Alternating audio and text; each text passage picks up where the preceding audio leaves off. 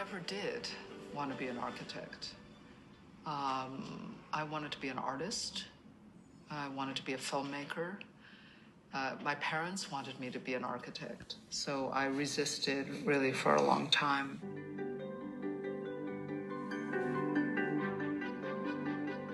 My parents really, really wanted me to be independent and to be able to make a living and not be dependent on a man. So when I finished school, I graduated with an architecture degree, never with the intention of being an architect.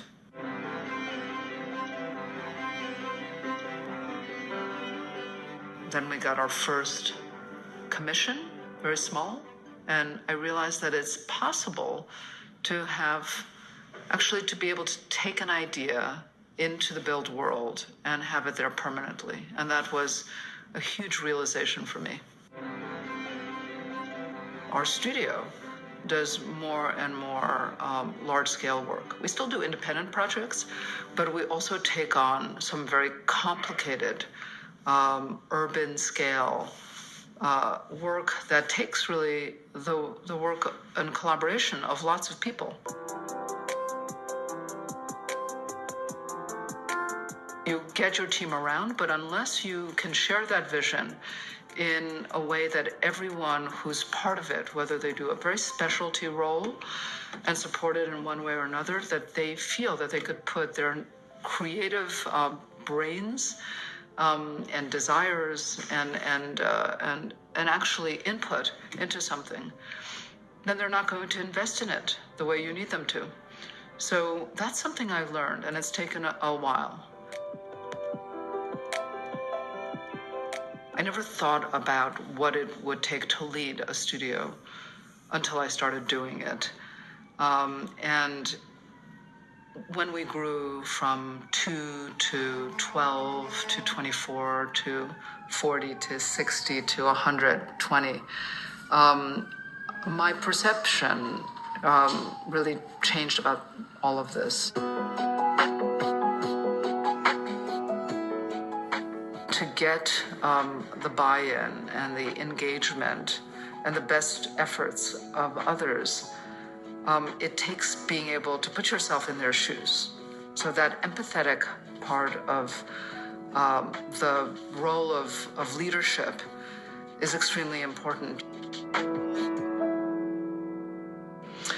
I think culturally, there has been a preconception that architecture is made by the lone, singular, genius, male, white figure. And that's been that way for the 20th century. So when I left school, there was basically an equality, as many men and women went into the profession. However, women didn't stick with it. And so after 5 years, you started to see fewer and fewer women. All of a sudden, we see there are more female figures that are parts of partnerships or that are starting to work on their own. The collaborative sort of approach to doing architecture, we see so just more diversity right now than we've seen before.